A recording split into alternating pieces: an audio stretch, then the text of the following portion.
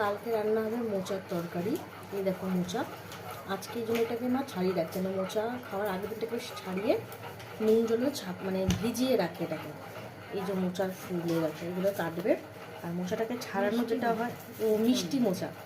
এই দেখো এটা হচ্ছে মোচার ফুল, এই যে এটা আছে এটাকে ফেলে দেয়, এই দেখো এটাকে ফেলে দিতে হবে। তার সাথে মোচা যে জিনিসটা ফেলে দেয় আমাদের বাড়িতে বা অন্যরাও সেটাই ফেলে, দেখো একটা দেখলে কাঠির মতন একটা আছে একটু মোটা ডান্ডা, এটাকে ফেলে দেয়। এই দেখো এই যে ফুলটা, এটাকে রান্না করে এই যে শক্ত কাঠি টাইপের, এটাকে ফেলে দেয়। আর এটাকে হচ্ছে 3-4 টুকরো করবে করে আজকে নুন জলে ভিজিয়ে রাখবে। কালকে সকালবেলা এটা তুমি আলু দিয়ে নিরামিষও করতে পারো বা চিংড়ি মাছ দিয়ে করতে পারো, ছোলা দিয়ে করে। তারপরে ডাল ভিজিয়ে ডালের ছোটো ছোটো বড়া করে হেভি টেস্ট লাগে খেতে। একটু ঘি গরম মশলা দিলে নিরামিষও দিলে না, একদম তোফা একটা খাবার। মোচা হচ্ছে কী বলো তো, সত্যি একটা ভালো পুষ্টিকর খাবার। এই দেখো মা কতগুলো মোচা মানে ছাড়িয়ে রেখেছে, দেখো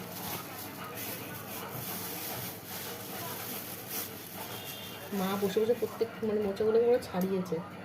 দেখো আবার যেগুলো মানে ফুল টুলগুলো সরিয়ে রাখছে। পুরো মোচাটা আজকে করা হবে না, কারণ হচ্ছে অনেকটা মোচা আছে, এতটুকু মোচা লাগবে না, কিছুটা রেখে দেবে আবার পরের জন্য। এই যে মায়েরা মানে না শনি মঙ্গলবার নাকি মোচা খেতে নেই, এই দেখো যাক অনেকটা মোচা মা রেখেও দিয়েছে। এই দেখো এই গোটা মোচাটা রেখেছে, এটাকে বেশ আবার একদিন করবে। কালকে মনে হয় মা এটা নিরামিষই করবে, ঘি গরম মশলা দিয়ে আলু দিয়ে।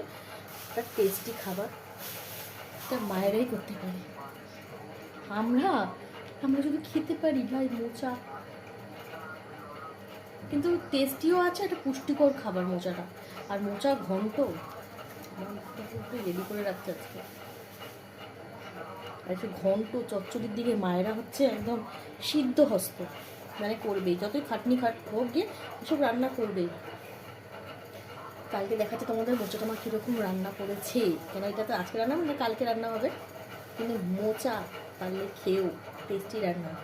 আর যদি না খেতে পারো করে তাহলে আমাদেরকে বলো, মা যে রেসিপি করে সেই রেসিপিটা শেয়ার করে দেবো। আহারে আমার মায়ের কাশি হয়েছে, শুনবে না কথা, কথা শুনে না ভাই।